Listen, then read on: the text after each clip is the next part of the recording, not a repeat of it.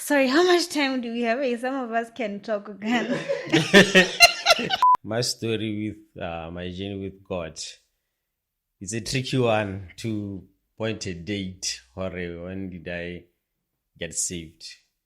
I grew up with a grandmother who really loves God so much. She always talked about Jesus. My mom took me to church, and I remember we used to pray these salvation prayers when we were kids. So I always knew that God is always with me, But then junior school, things went south, peer pressure, starting just trying to be cool, to blend with kids. We started doing, my appetite for church went down, so I went with the world until I finished Form 5, and my Form 5 results were not good because I was a brilliant student, but I was playing too much. I didn't pay attention to school. I didn't pay attention to the teachers, to my education. So I failed. So I had to rewrite my exam again for me to be able to go to university. And then university, when I got there, I didn't learn my lesson. I did the same things again. So by that time, I started, things started getting shaky. So I remember when I used to feel so lonely, so like I would be with guys out grooving, but I'll feel like I don't belong here. This is not a place for me. There's somewhere I need to be, So 2010, that's when I felt I needed to go back to church. Yeah, so 2010, I remember that's when I committed my life. But okay, no, God, I'm a mess. I need you. So I think 2010, that's when I can say my relationship with God started, or my journey with God started at 2010. Yeah, I think our stories are similar, even though we were very in different parts of the country at that time. But I was also raised Christian, but I was one of those who literally have answered the altar call a million times every time but they give your life to Christ. I was going to the front. But I think for me also, like I went through that phase of just going into teenagehood, exploring, and then but I always had a relationship with God, but I think it was more of a legalistic or religious type of relationship. And so when I was about 18, I had never been baptized and I wanted to be baptized. And then I was told at the church that I was raised in that I'd need to go to classes and then explain my story of why I believe I'm a Christian. And honestly, that's when I dipped and never went back to those classes. And also just for other reasons, I moved churches at that time. But in my new church, that's actually where I then started to understand what it meant to be a Christian, to love God. And then I ended up actually giving my life to Christ at the baptism at that new church. There were no classes required there.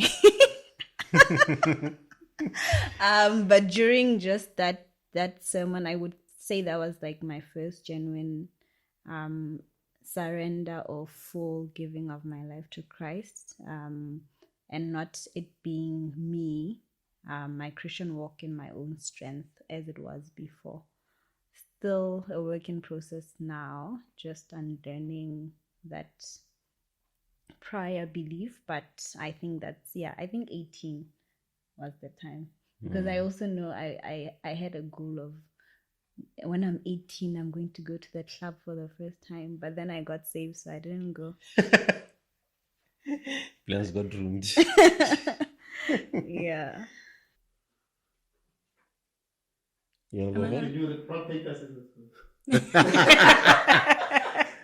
Actually, we haven't done that in a while. But We it's okay. haven't done that in a while. I'll go first. Yeah. I grew up in a Christian family, so about third or fourth generation Christian. But I would say I really found God for myself when I was 19. Yeah, that's when we went to university, and then we went to a different church, a church that was totally different from the kind of church I grew up in. So for me, that was like, but then thankfully God was there throughout with me, and I came to experience God for myself at 19, 20 years. Yeah. Kind of the same. We have a similar background in that we grew up in an Orthodox church. Yeah. Different churches, but still traditional and very orthodox. And I came to know Christ in Malaysia as well. So that was 2007. 2007. And the thing about, I'd say I kind of knew a lot about the Bible, because personally I've never read it myself to say I'm reading the Bible. But you would always read all those scriptures that you are referenced to. And I was a teacher. I was teaching Sunday school. I was a lot of things. But I realized that I did not have a personal relationship with God when I saw someone walk with God. And I told myself, I asked him, I want what you have. I want to pray and be able to say, This is God what God spoke said. to me. Yeah. This is what God said. That made all the difference for me. I have never heard anybody say that before. So it made all the difference, and it sparked a hunger in me that when the gospel was shared with me for what the gospel is, it opened up that new door. Yeah. So we met for the first time at my cousin's party, I think. Yes. And then at that party, though, I don't think we really spoke. Because we both didn't have cars.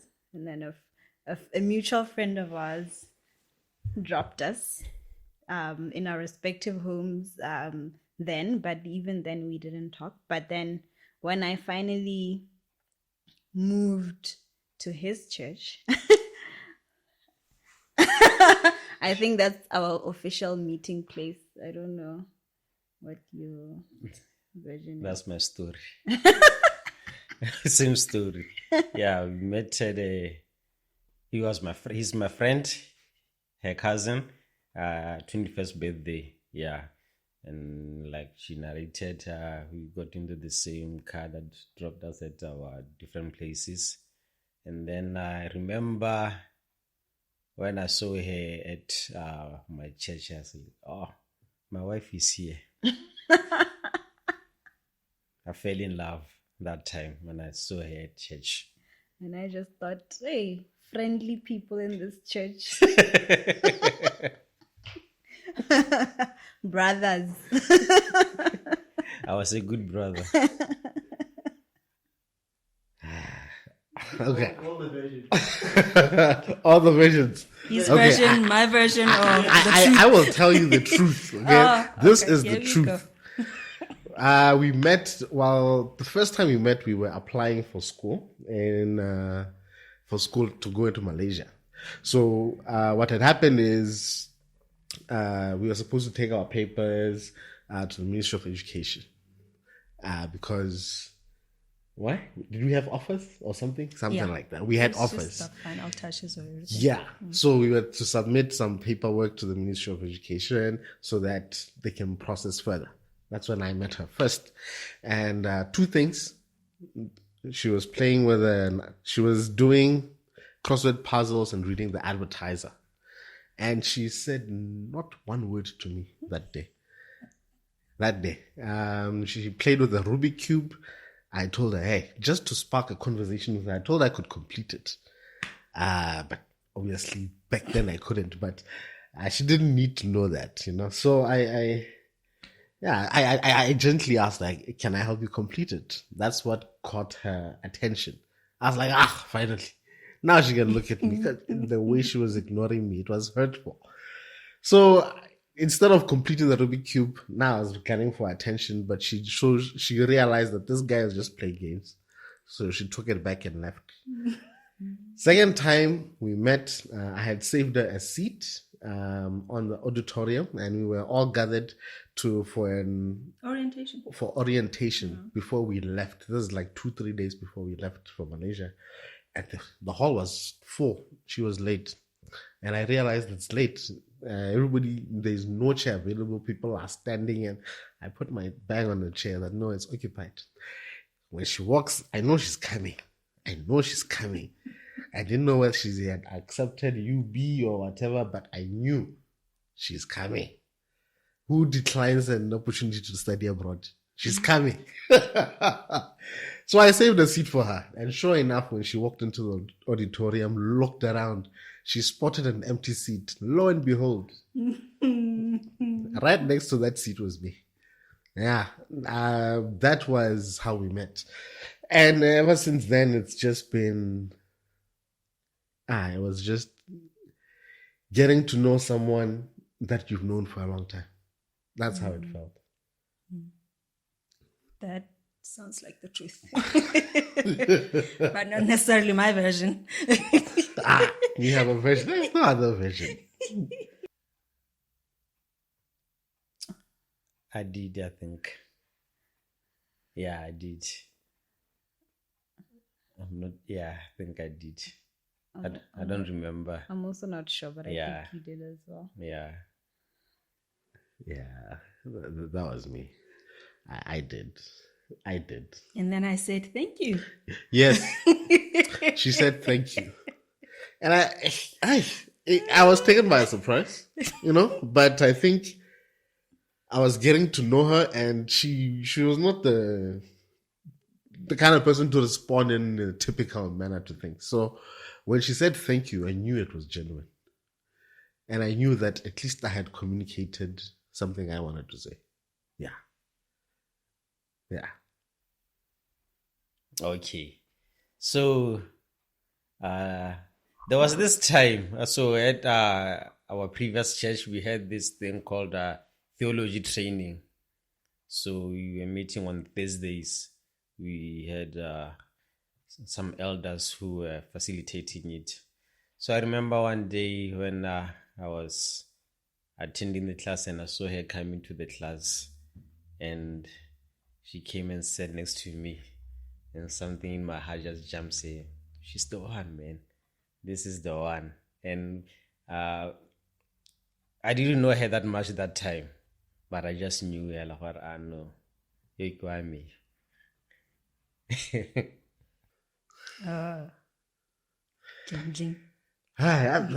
That's a tricky question, because at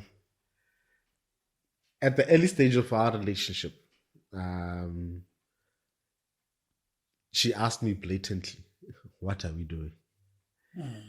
So now I had not thought that far. But clearly she had. Or not, I don't know. But she asked me, Hore, what are we doing? So it put me in that situation that, okay, a person who asks this means it's either you are serious or we're not going anywhere. So I had to decide. I was like, okay, I'm serious. But to actually, when I knew she was the one, you know why it's a tricky question? When you realize someone's worth from the beginning, that she's different, she's a gem, she's so much more than anybody else that you've met. I can't say I decided then that she's the one for me, but I would say that's when I knew she's worth a lot. So when I decided she's the one, I think that's when we started talking about marriage. I can't say how old we were. Yeah, probably my mom was we were going to like listen 21, to this. 22. That's when I started bringing up the topic of marriage. And that's when, even in church, we were open about our relationship. Our pastors and our mentors knew. And they were part of our relationship. They helped us correct a lot of things that we needed correction with. And in a sense, guide us, to walk together, but also do not compromise our spiritual walk. So it was early on, just knowing how much she's worth, what I'll do for her, and deciding that, no, I'm done. This is the one. Yeah, it was early on. This is an interesting one. Well, I don't know about my dad, because this guy went to my dad behind my back. So I don't know what he thought. Maybe he'll share. But I do know that my family generally, they were wondering, because we were young, they felt we were too young. There were questions like, are you guys pregnant? And we were like, guys, seriously? No. But I guess just maybe the culture in Botswana was why they were thinking. It was a shock. Yeah, it was a shock. And also a shock because we were also not like dating like in front of them and stuff like that. And then also there was another dynamic with one of my sisters, because Obi wasn't like formally working at the time, so she was just like money first girl. So get your money right. Get your money right. So she wasn't like for it at the time, but now she loves him, and it's like so sweet. I'm just like, told you. So I think it was mixed reactions from my family, but they loved him generally, and they love him now. I think my parents loved her the very first time when we were dating, because they were surprised that I came home with a girl. I got a visit from a girl, because I was always visited by guys. Like, maybe my dad was wondering, this guy, what's up with him? So when they saw her, so there's a lady who visited you. I think they loved her. And so by the time when I told them about my intentions to get married, that's when it got a bit tricky. Like she mentioned, that time I wasn't working. So my dad was like, worried. I haven't seen you. You didn't prove to me enough that you are a man capable to be a husband. There's some things that I'm still struggling with you to do in home. So maybe I'm going to be a headache to another person's daughter. So he was genuinely worried, and he didn't feel I was ready, but I was ready. So it was a wrestle, but initially I won them over. They saw, okay, this guy is really serious. He means it. So, yeah. Okay. I remember when we were dating. Yeah. He wanted to introduce me to his parents, but we don't do that in my family. So, so it's only my siblings and my cousins who knew of him. And then I think I only ever mentioned via email to my mom. So she only just knew the name, had not seen the face. So I remember when I told her that we would like to get married, she's like, I remember that name from some years back. So I guess at this juncture, you are sure of what you want, or what the two of you want to do. So that, and then after they met and all of that, she's like, you did good. Yeah. Well, maybe not in those words, but yeah. She liked who she met. Yeah. Yeah, no, I have very involved parents. Or is it that I involved them? Yeah, no, they knew about our relationship from the onset. Like, yeah, maybe not in very specific details of how we met, what we're doing, no, but you know that there's someone in my life. Yeah, I remember even when my mom visited us in school in Malaysia, I was eager for her to meet my mom. And then she was running around, let's meet at church. The first time they met was at church. I was like, It was just a hi. yeah, but yeah, my parents have loved her ever since they got to know about her. Yeah, and even today, I nothing has changed. It's all love. Yeah. Okay. For me, yeah, is the most memorable moment. I think is the day at the magistrate court. Yeah. So when we were just signing those papers, and I saw or she's no longer Piso, she's now Bodigelo. I was like, I made it, guys. I took somebody's daughter and I gave her my same name. So that was a memorable moment for me. And also on our wedding day, the time I saw her coming with her dad, coming towards me, at the handover, I was like, thank you, Lord. Finally, I have my person forever. Yep. That's so sweet. I've never thought about this, but I think maybe for me the feet washing, because we had that as part of our ceremony, and it was just such a representation for me of what we're saying we're doing at that moment. That basically we're choosing to put each other first for the rest of our lives, or if not first, then at least at the same level as the same weight that you carry for your own personal decisions is what you're going to do for the next person. So just that servanthood that comes with marriage, I think for me it just wrecked me. And even our vows, that was deep. Yeah. I need to watch that again. We should. At our wedding. I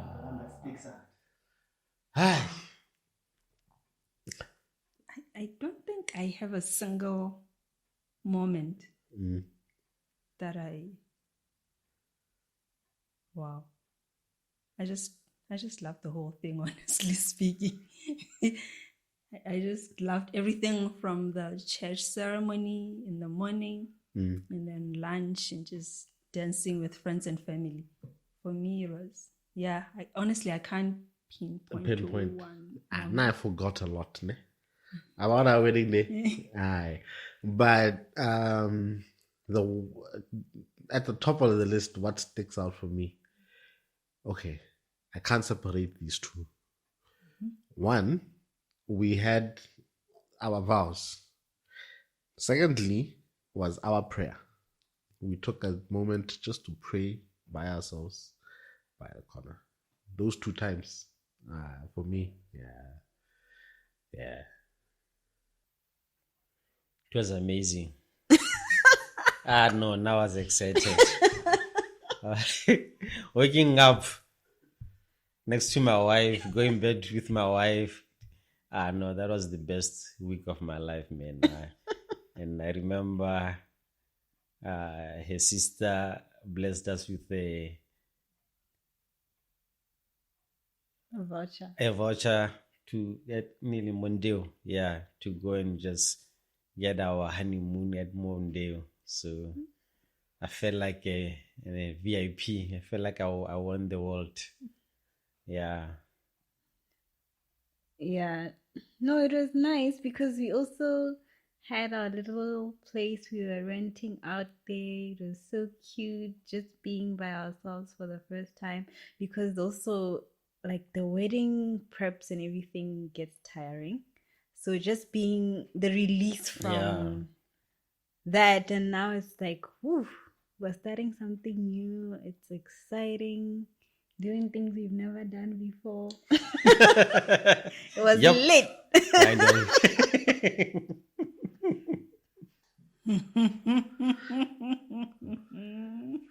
I'm still going to say, that's a tricky question for us. How come? Maybe because I don't remember, but it's fine. It wasn't easy for me. It wasn't. No. I think I missed my family a lot. Oh, Yeah. okay. Oh, I never talked to you about it. No, you didn't. Sorry. I talked to mommy. I talked to my mother-in-law about it. I think Okay. just adjusting to not that it was difficult at home, but it was difficult not being with my family, because I'm very close to my siblings. So I don't know. Yeah. I think that was the only hard bit about it. But otherwise, everything else was having to wake up with him. Oh, the best part was having to go home with you. Because initially, before we got married, it was date night, and then he has to drop me at home. And then Ratlana outside, just talking, trying to stretch out the time. But yeah. I say it's a difficult thing to remember for me because I think I've spent a long time waiting for that, to know that I am home with my wife. Different experiences, eh? So that first week for me, there was nothing else that I was looking forward for. And I can't say I'd remember. Like, I don't have any feelings or memories or things that took me back or that threw me off. None of that. I don't have that. The one thing I would surely say is that I was eager to get to that point since 24. And I got married when? 29. Days. Yeah. Yeah.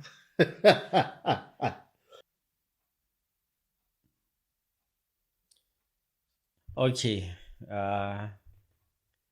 Before the wedding, when we were still dating, there was a season where my wife was not sure anymore. I met this guy. Can he lead me? Can he be the one? So it was rocky. And I remember that time I was working in Mulepolole. So I was staying in Mulepolole and she was in Gabs. And the phone calls were not as sweet as before, you could sense there was tension, the energy was, so I remember that time,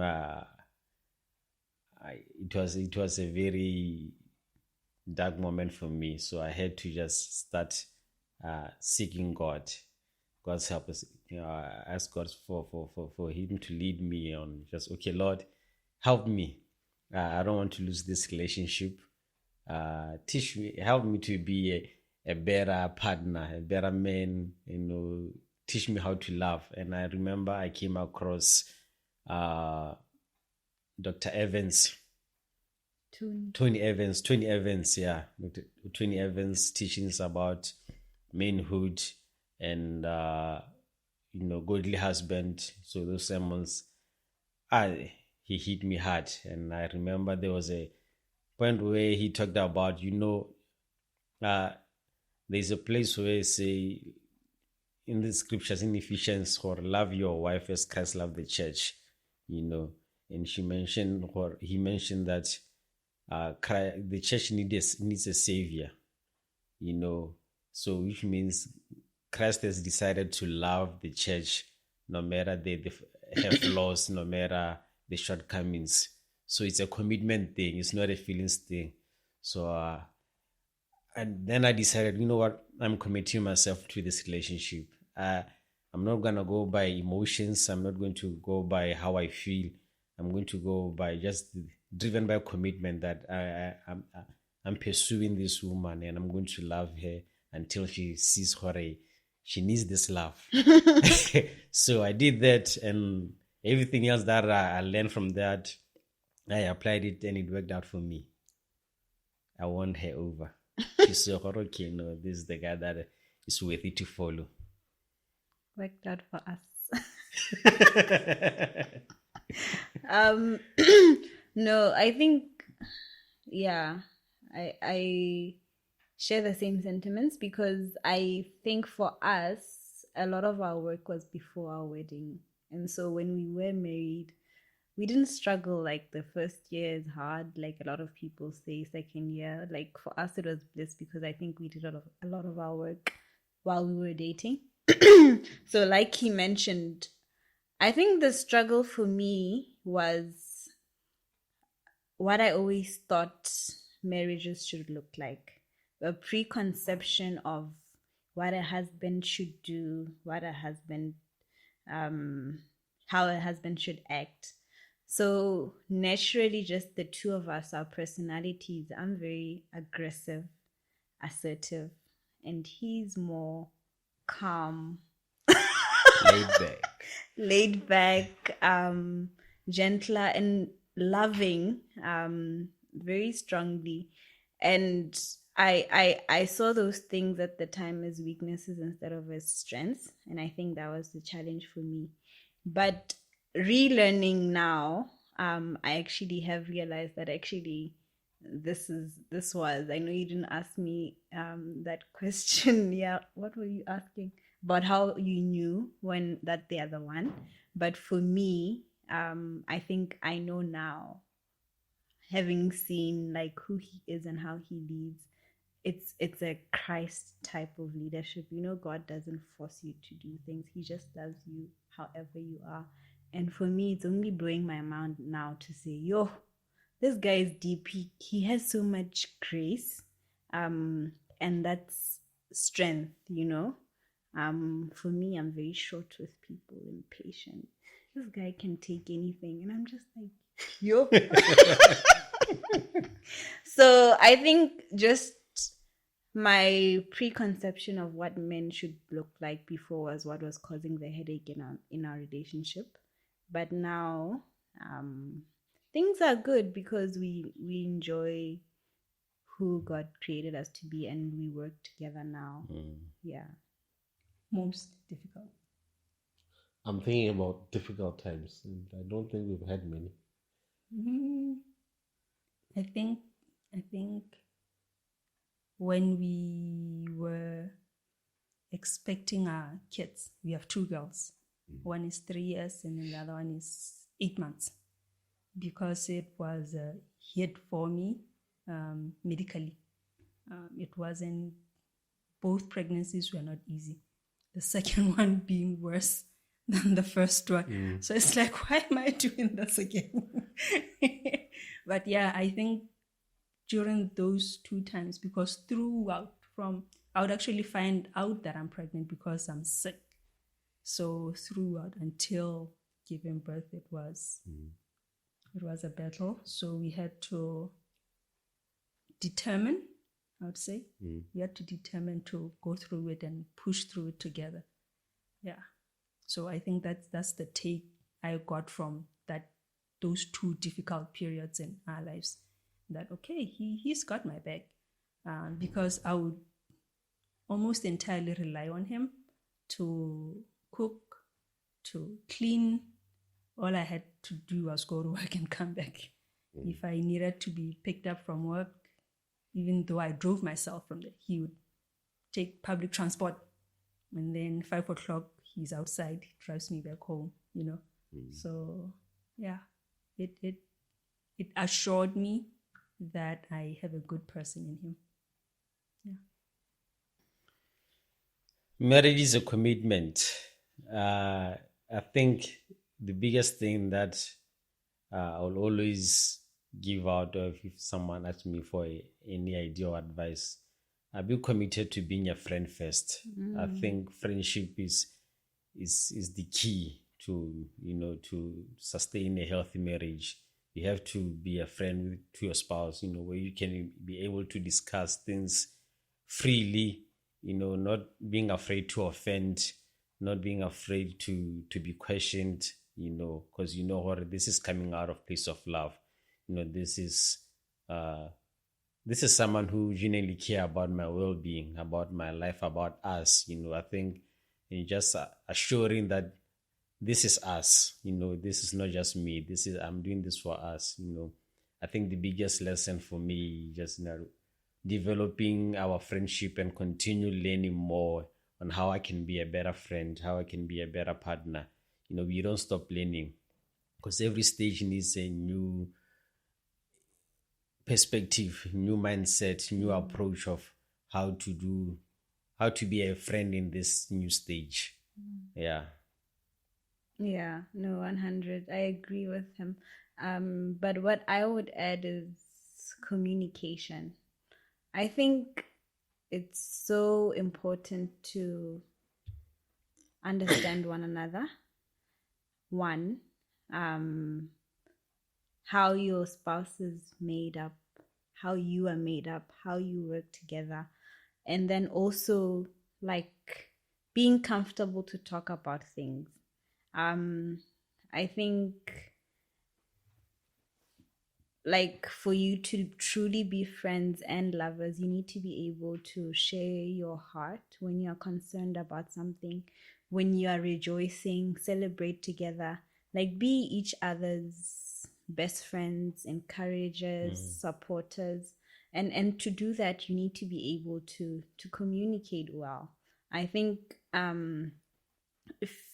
if you're someone who struggles with communication in terms of expressing your feelings, then I think that would be important for one to work on that. yeah, And for you guys to find your way in terms of, like, find a way to do it. Like, if you need help, get therapy. If you need to write down, send a letter, but don't just leave it at that. First, maybe you send the letter first and then you guys come back and discuss it. I mean, if it's just difficult for you to express it in that moment, but just your spouse needs to know where you are at, what you're thinking, because the moment you guys don't communicate, you allow for things to come in between you, misunderstandings, a rift, and even the enemy can find a gap. yeah, If they find that you guys are not communicating. And then even more so when you now get into the stage of parenting and other responsibilities,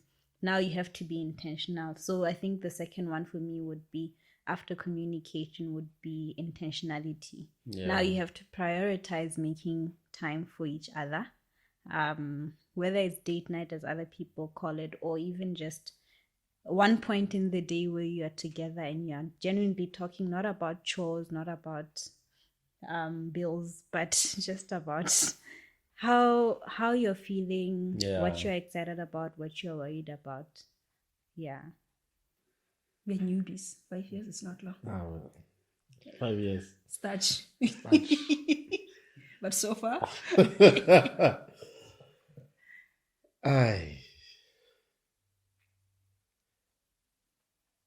I think at the top of my list would be communication. We talk a lot, and we allow each other to say things we're thinking, feeling, and going through. nice or not nice? Both. Both, yeah. Yeah. And it's good when you can speak and be understood, because then you are sure that your message is delivered. Because sometimes even she pokes me when I speak in halves. Like I'd say something kind of wanting to brush by it, but not intentionally say it. She will call me back and say, finish what you wanted to say. So those kind of things. If you can't get what is in your mind out, then I would question if you are with the right person. Yeah. I would answer this one first, but I want to see something.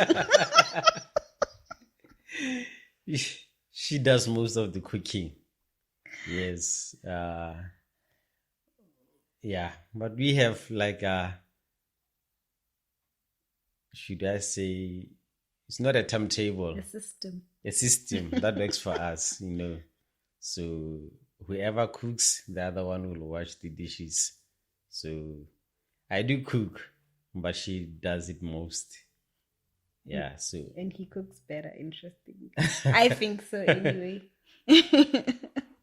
She's helping me so that I can cook more.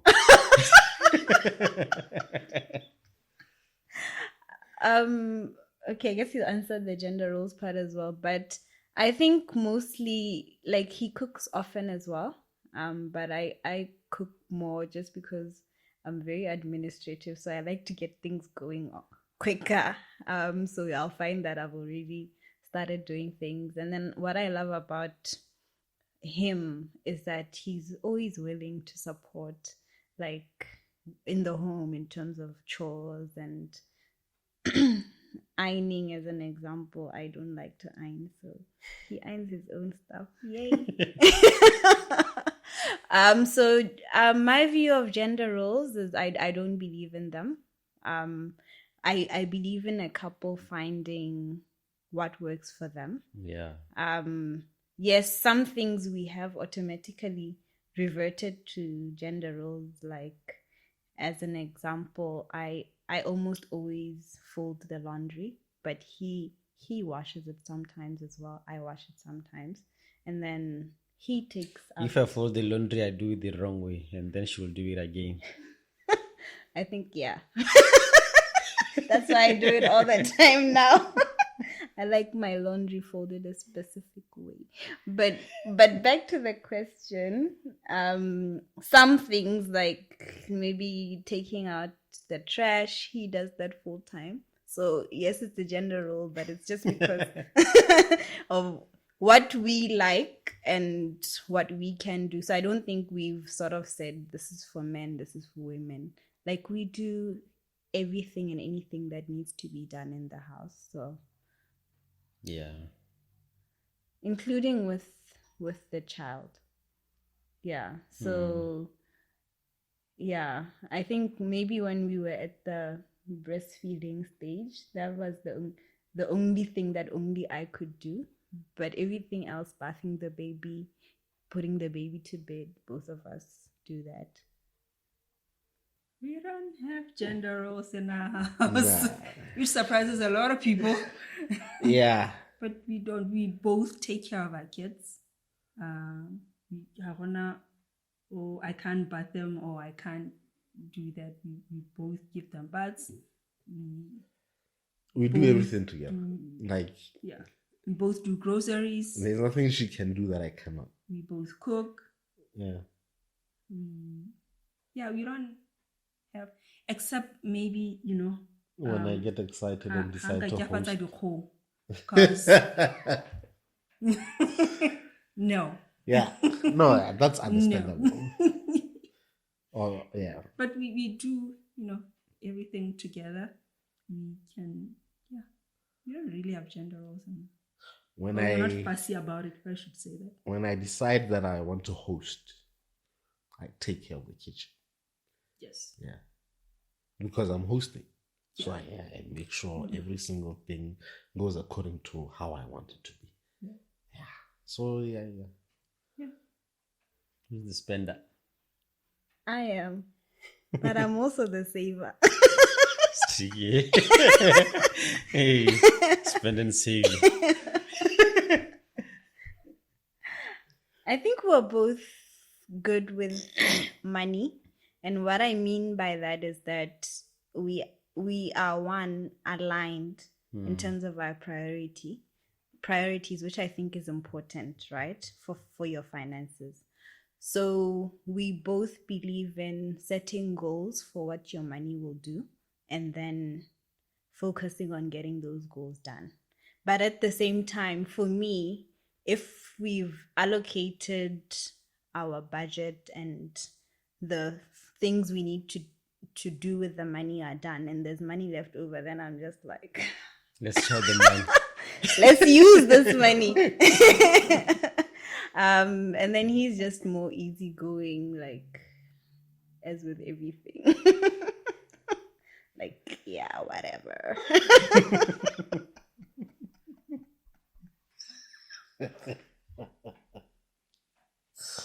Please go ahead. His version, his truth, my truth of the truth. We are both very bad at saving. Oh my God. Yeah. We are both very bad at saving. We are both spenders. We are both spenders. Yes. Yeah. We are both We are spenders. both spenders. I sometimes I try to like put on a leash, like hold back, but we're both spenders. Let's just leave it at that. I love that she's honest. So brutally honest. Why the brutal though? She pushes me to be better, to become, to do things better. When I'm dropping the ball, she'll let me know you're dropping the ball, and previously I had no one to tell me if I'm dropping the ball, so my ball was always down.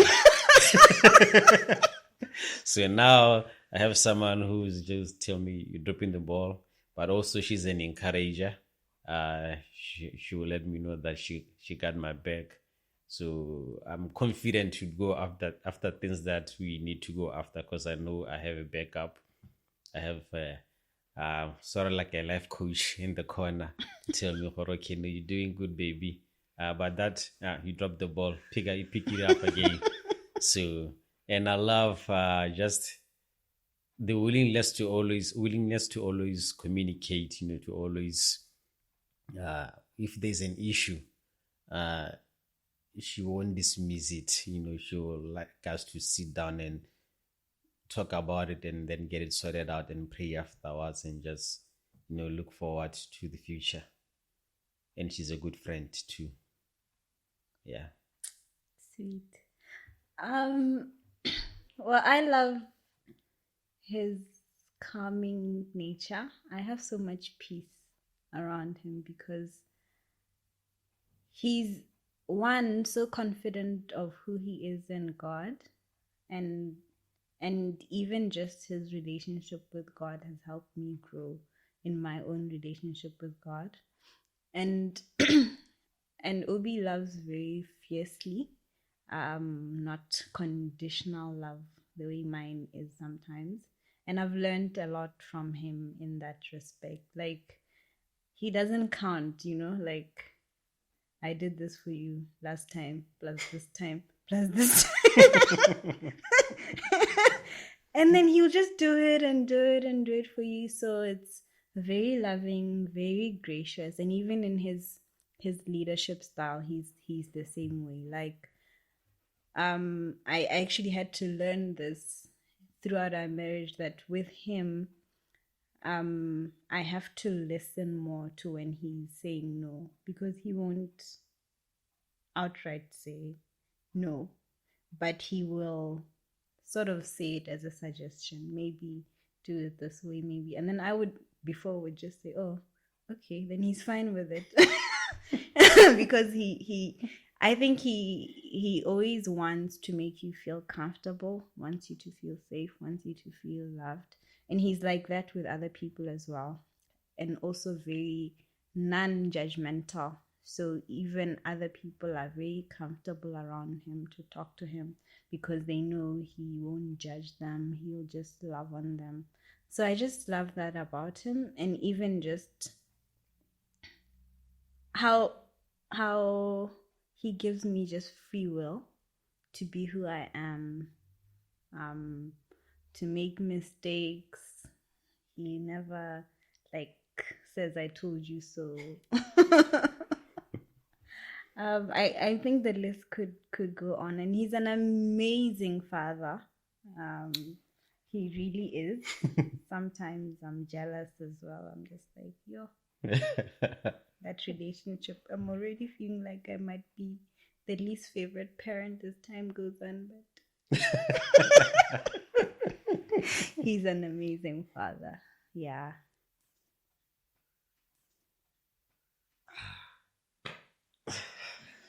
I'm listening. You're listening. Talk to me. What should I pick? It's a whole bouquet of things. Most love. Yeah. How do I? Is there a scale?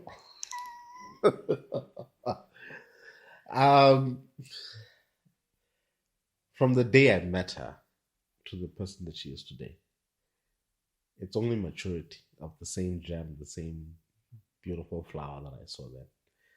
I think that's the one thing I truly love about her. She has not changed in a manner to say she has deviated from a certain path. No. She has stuck to who she is. She has grown in her path, and she has... And she allows you to do you. Because she knows what she's doing, and she allows you to do you. So I've loved the genuineness about that. That she doesn't... There's no other face to this lady, to this woman. No. There's no other face. Like, if you... Like, everybody who has met her has met one person. Mm-hmm. Yeah. I think that's one thing that I've always held of high regard in all relationships. And she just... Yeah. Yeah. What I love most about you, the determination. He's a very determined person. He sets goals and then he goes after them. No matter how much you stumble, no matter where there are hurdles, any sometimes I have to go, are you sure you still want to pursue this? Because there's a lot going on in there. But he keeps pushing. He doesn't give up easily. So that's something that that's one of the things that I love most about him. Because we tend to give up a lot. We are a microwave generation, if I should call it that. When things get hard, and then with this new culture, cancel culture, it's not working out. But he's for the 5 years we've been married and the years before then, he's shown to me if I go after something, I'm gonna push for it. So all he has to do is set good goals and then I feel it. Yeah. All right. Yeah. Thank you, guys.